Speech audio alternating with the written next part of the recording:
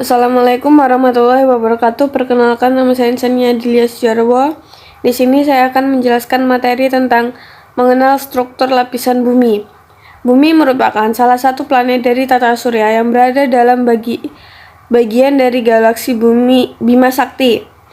Susunan kimia bumi merupakan planet ketiga dari susunan planetnya yang ada di tata surya ini. Bumi memiliki lapisan struktur berlapis-lapis sampai kepada inti bumi dengan diameter bumi sebesar 7.520 mil.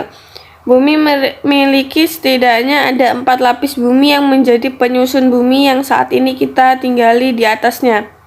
Planet bumi ini memiliki 4 jenis lapisan, yaitu yang pertama kerak bumi, yang kedua selimut bumi, yang ketiga inti luar bumi, dan yang keempat inti dalam bumi. Struktur lapisan bumi. Yang pertama kerak bumi. Kerak bumi adalah lapisan terluar bumi yang terbagi menjadi dua kategori, yaitu kerak samudra dan kerak benua. Kerak samudra memiliki ketebalan sekitar 5-10 km, sedangkan kerak benua mempunyai ketebalan sekitar 20-70 km. Penyusun kerak samudra yang utama adalah batuan basalt, sedangkan batuan penyusun kerak benua yang paling utama adalah granit yang tidak sepadat batuan basalt.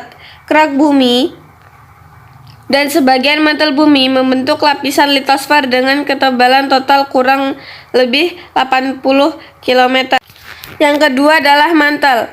Selubung bumi yang bisa disebut mantel bumi merupakan lapisan yang menyelubung inti bumi dan merupakan bagian terbesar dari bagian bumi, sekitar 83,2%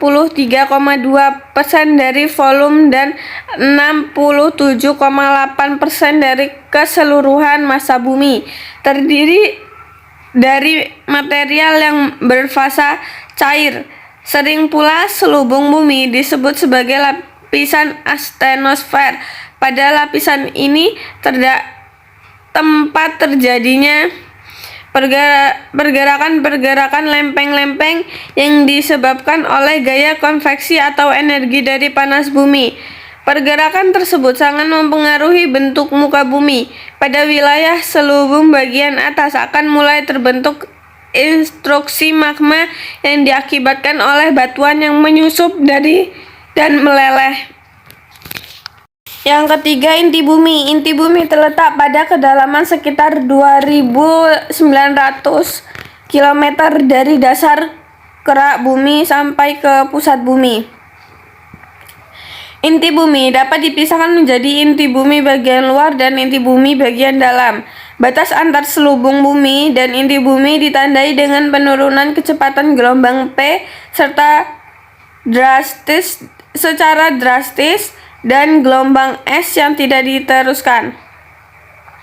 Keadaan ini disebabkan karena meningkatnya berat jenis material penyusun inti bumi dan perubahan sifat materialnya dari yang bersifat padat menjadi bersifat cair. Meningkatkan berat jenis disebabkan karena perubahan dari material silikat yang menyusun selubung bumi menjadi material campuran logam yang kaya akan besi di inti bumi. Komposisi material penyusun inti bumi diketahui dengan perkiraan bahwa unsur besi merupakan unsur yang banyak dijumpai pada kerak batuan penyusun kerak bumi.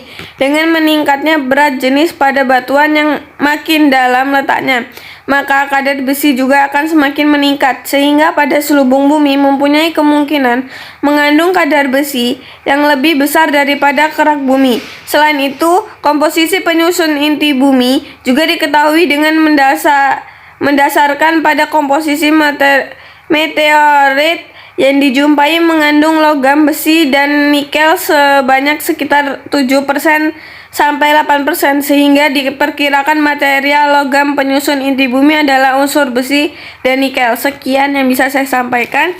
Wassalamualaikum warahmatullahi wabarakatuh.